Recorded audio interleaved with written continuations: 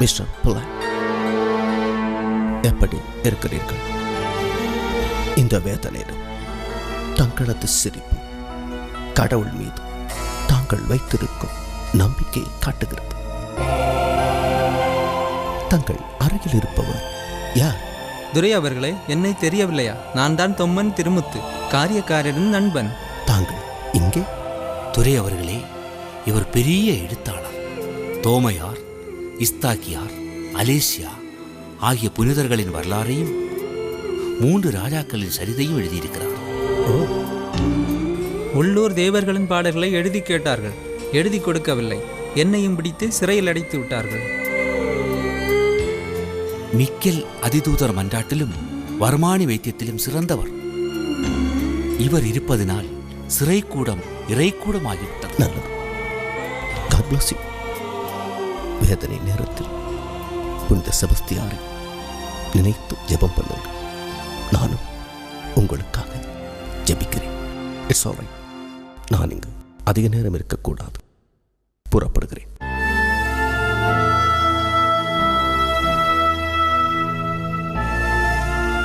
தளபதியாரே, காரியக்காரரை கைது செய்த பிறகு நாட்டின் நிலைமை எப்படி இருக்கிறது? தம்புரானே, உயர்ந்த ஜாதிக்காரர்கள் பலர் இரகசியமாக கிறிஸ்தவ மதத்தில் சேருவதாக ஒற்றர்கள் தெரிவித்தார்கள். என்ன? உயர்ந்த ஜாதிக்காரர்கள் மதம் மாறுகிறார்கள்? தளபதியாரே, உயர்ந்த ஜாதியினர் மதம் மாறினால் அவர்கள் தலை வெட்டப்படும் என்று முரசடியுங்கள். உத்தரவு தம்புரானே. தம்புரானே, காரியக்காரர் நாம் காட்டும் இரக்கத்தை நமது பலவீனமாக கருதி செயல்படுகிறார். துரையையும் கிறிஸ்தவ மக்களையும் தனது பலமாக நினைக்கிறார். காரியக்காரனுக்கு விசித்திரமான சக்தி இருப்பதாக மக்கள் கூறுகிறார்கள். நிலைமை நமக்கு எதிராக போய்கொண்டிருக்கு. என் சொல்லை கேட்காத எவனும் உயிரோடு இருக்கக்கூடாது. தளபதியாரே, காரியக்காரனுக்கு எருக்கம்பூ மாலை அணிந்து குழுமை காற்றுக்கு கொண்டு போய் தலையை வெட்டி விடுங்கள். இது எனது கட்டளை. நான் செய்வது சரிதானா? காரியக்காரர் நல்ல மனிதர் தானே. இருந்தாலும் மதம் மாறுவது தவறுதான். அது அவரது தனிப்பட்ட விருப்பம். எல்லாம் பத்மநாப சுவாமி பார்த்துக்கொள்ளும்.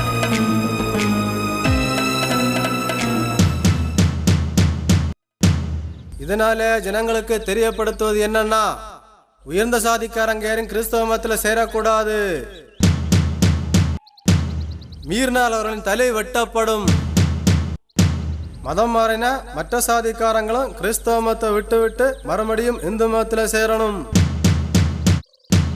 இல்லைன்னா அவங்களும் தண்டனைக்கு ஆளாவீங்க. இது நம்ம மார்த்தாண்டவர்ம தம்புரானோட கட்டளை. சாமியோ!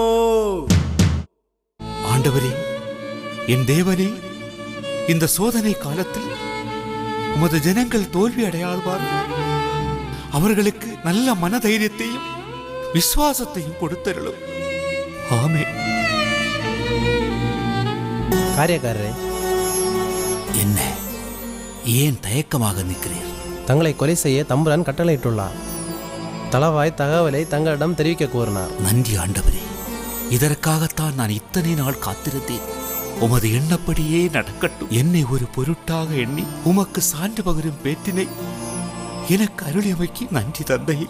இவர் என்ன மனுஷன்? தாக போகிறதுக்கு கடவுளுக்கு நன்றி சொல்றாரு.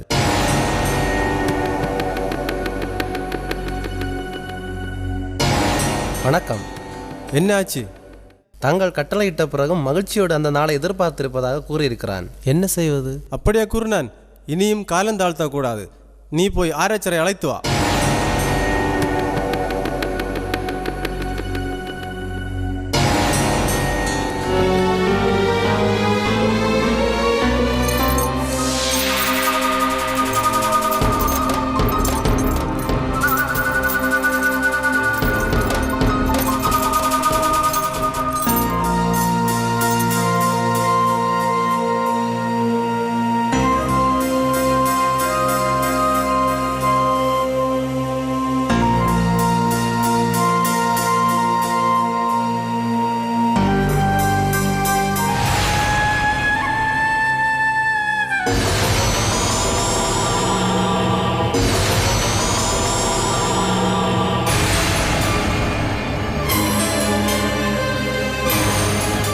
இவனை எங்க கொண்டு போறோம்?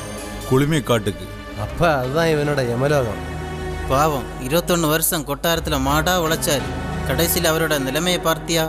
எல்லாம் அவன் வருத்திக்கிட்டது தானே.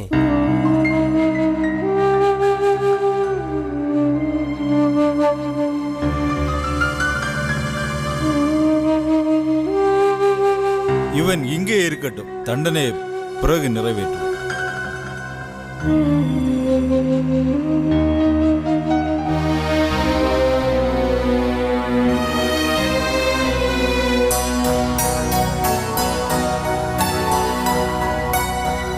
காரியக்காரன் தலையை இப்போது வெட்ட வேண்டாம்.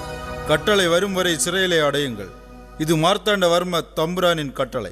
அன்பு ஆண்டவரே, நான் உம்மிடம் வர தகுதியில்லாதவன் ஆகிவிட்டேனா? ஏன் எனது மரணத்தை தள்ளி வைக்கிறீர்? பாவம் நிறைந்த இந்த உலகத்திலிருந்து என்னை விடுவித்து உமது பரலோக ராஜ்யத்தில் என்னை ஏற்றுக்கொள்ளும் ஆண்டவரே. ஆமீன். இது என்னைய ஆச்சரியம். அவனுக்கு வாழ்க்கைன்னா சங்கடமா, சாவுன்னா சந்தோஷமா? இவனுக்கு ஏதோ பிடிச்சு போச்சு. பைத்தியக்கார மாதிரி பேசுறேன். யோ சும்மா இருங்கய்யா, இதுதான் கிறிஸ்தவ மதம். ஆமா நண்பர்களே, இதுதான் கிறிஸ்தவ மதம். நிரந்தரமற்ற இவ்வுலகு வாழ்வை திறந்து நிரந்தரமான பேரின்ப வாழ்வை அடைவது, அந்த பேரின்பத்தை தருவதால் கிறிஸ்தவ மதம்.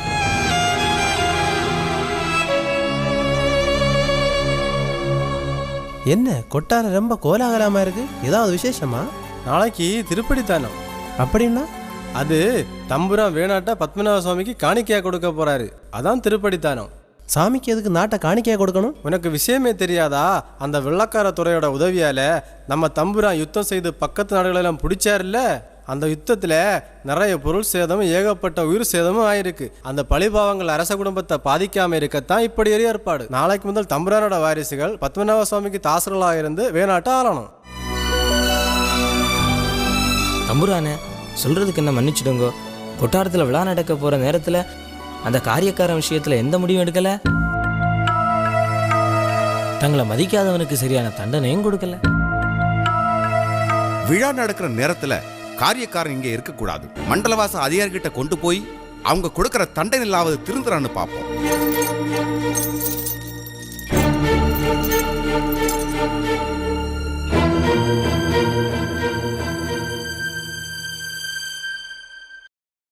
டேய், முதல்ல இவன் எந்த அதிகாரிகிட்ட கொண்டு போவோம்? கல்குளம் மண்டல வாசலுக்கு கொண்டு போக உத்தரவு. தம்புரான் இவனுக்கு சரியான தண்டனை தான் கொடுத்துருக்காரு. சரி சரி, கிளம்புவோம், நேரமாகுது.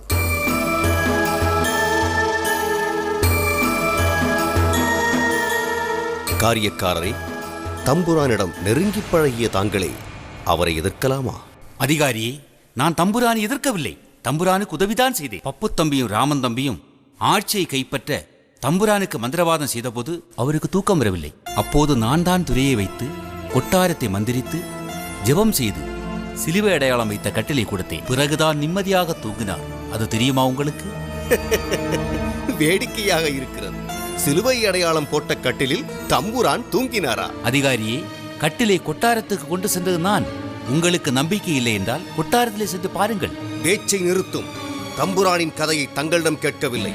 தாங்கள் மதம் மாறியது மிகப்பெரிய குற்றம். காவலர்களே, இவனுக்கு தினமும் உள்ளங்காலி 30 பிரம்படிகள் கொடுத்து கல்குளம் மண்டல வாசலுக்குட்பட்ட கிராமங்களில் எருமை ஊர்வலமும் கொண்டு செல்லுங்கள்.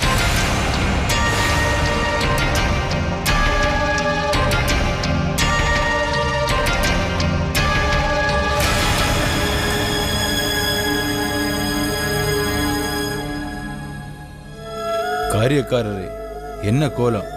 நான் கோயில் அதிகாரியாக இருக்கும்போது நீங்க கோயில்களுக்கு செய்யாத நல்ல காரியமே இல்லை.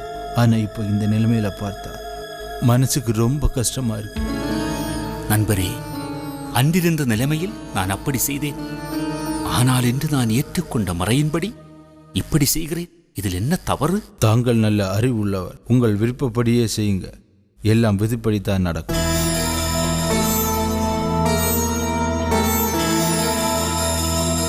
இவரை எங்க கொண்டு போறீங்க? அகஸ்தீஸ்வரர் மண்டலவாசல் அதிகாரிகிட்ட கொண்டு போறோம். காரியக்காரரே, கொட்டாரத்துல வேலை பார்த்துட்டு கௌரவமா வாழ வேண்டிய நீங்க கைகால் விலங்குகளோட குற்றவாளியா வந்திருக்கீங்க. இது மிகப்பெரிய அவமானம். என்னால் யாருக்கும் எந்த அவமானமும் இல்லை. உண்மை கடவுளை ஏற்றுக்கொண்டேன். அது இந்த அரசுக்கு பிடிக்கவில்லை. நீங்க செஞ்ச காரியத்தை நினைச்சு நாங்களும் நொந்து போய் இருக்கிறோம். ஒழுங்காக புதிய மதத்தை புறக்கணித்து விட்டு பழைய மதத்திற்கே வந்து சேருங்கள். அதிகாரி, இந்த உலகத்தில் நிரந்தரமானது எதுவும் இல்லை.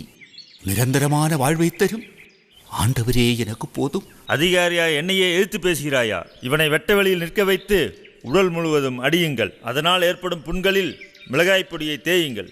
அதன் பிறகு அனைத்து இடங்களுக்கும் எருமை ஊர்வலம் கொண்டு செல்லுங்கள்.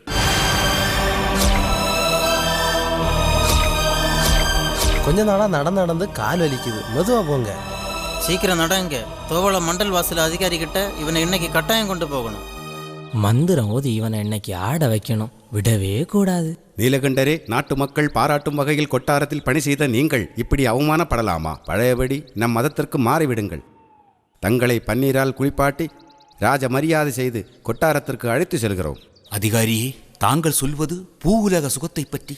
நான் விரும்புவது பரலோக ராஜ்யம். அதை அடைய எந்த அவமானத்தையும் தாங்கிக் கொள்வேன். இந்த அலங்கோலத்திலும் பேச்சுக்கு குறைவில்லை.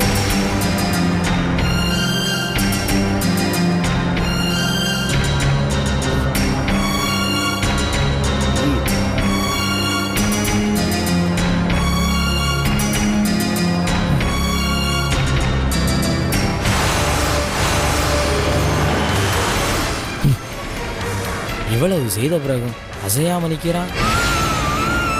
ஆண்டவரே, இவர்களுக்கு உமது அருள்கொடையை தாரும். ஆமென். அதிகாரியே, இவன் ஏதோ மந்திரத்தால் நம்ம தேவதைகளை கட்டிட்டான் போல இருக்கு. நானும் உங்களை மாதிரி சாதாரண மனுஷன்தான். ஆனா ஆண்டவரை விசுவாசிக்கிறேன். நீங்களும் ஆண்டவரை வணங்கி நிலையான பேரும்பத்தை அடையுங்க. அதான் என்னுடைய விருப்பம். இவர்கிட்ட நான் எந்த குற்றமும் கண்டுபிடிக்கல. பின்ன எப்படி தான் இவருக்கு தண்டனை கொடுக்குது? இவரை தண்டிச்சா நமக்கு தான் சாபம் கிடைக்கும். இவனை கொண்டு போய் அந்த தூணிலே கட்டி வையுங்கள்.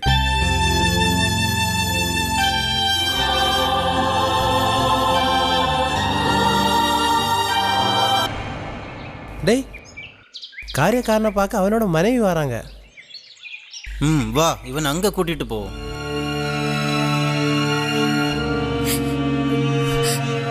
கிறிஸ்தவ மதத்தை சேர்ந்தவங்களெல்லாம் ரொம்ப கொடுமைப்படுத்துறாங்க. நிறைய பேர் ஊரை விட்டே ஓடியாச்சு. காடு மலைன்னு போய் வாழ்றாங்க. இதுக்கெல்லாம் காரணம் நீங்க தானா?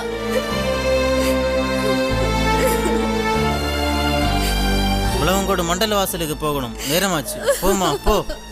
சீக்கிரம் நட.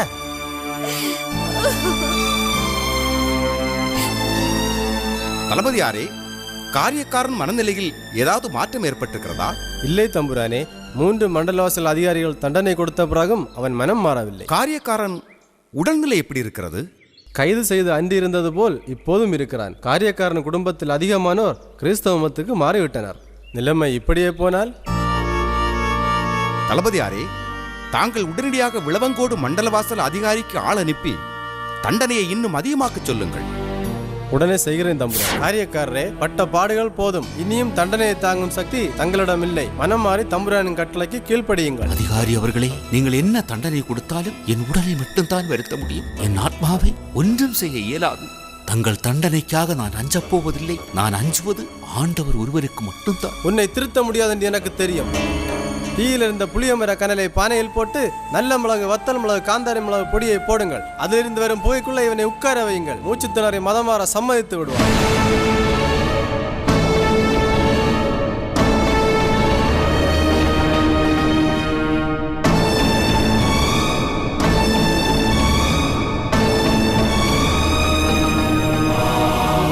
டேய், எருமை கொஞ்ச நேரம் மேயட்டும். நமக்கு அந்த கடல் பக்கம் போய் ஓய்வெடுப்போம். நட.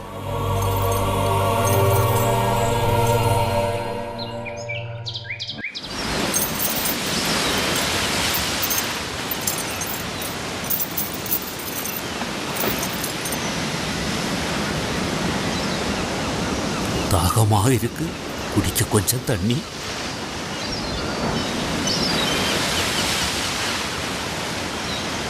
அதை கொண்டு வா.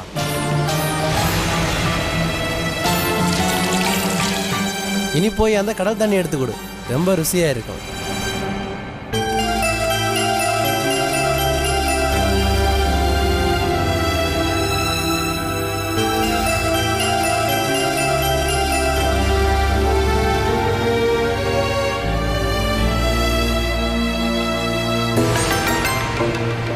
உலகங்கோடு மண்டல வாசல் அதிகாரி கொடுத்த தண்டனையிலிருந்து தப்பிட்டான். அடுத்து என்ன ஆக போகுதோ? இவனை நாளை காலையில் நெய்யாற்றங்கிற மண்டல வாசலுக்கு கொண்டு போகணும். எங்களை போன்ற அதிகாரிகளை வழிநடத்திய மேலதிகாரி தாங்கள், நீங்கள் ராஜ துரோகியாக மாறலாமா? அதிகாரியே, நம் எல்லோரையும் வழி நடத்தும் ஆண்டவரின் தொண்டன் நான். அவர் மறையை பின்பற்றினவை தவிர யாருக்கும் எந்த துரோகமும் செய்யவில்லை. அதிகம் பேசி பயனில்லை. தம்புரானின் கட்டளைப்படி புது மதத்தை விட்டு நம் மதத்தில் சேர்ந்து விடும். தம்புரானின் கட்டளைக்கு கட்டுப்பட்டுதான் கொட்டார பணியை செய்தேன். ஆனால் ஆண்டவரை வழிபடுவதை நிறுத்த மாட்டேன். தம்புரானின் வார்த்தைக்கு கட்டுப்பட மாட்டாயா? காவலர்களை, பகலில் மிளகாய் பொடி அரைத்து குடிக்க கொடுங்கள். இரவு ஒரு மரப்பெட்டி செய்து இவனை அதுக்குள்ளே போட்டு படியெறும்பை பிடித்து உள்ளே விடுங்கள்.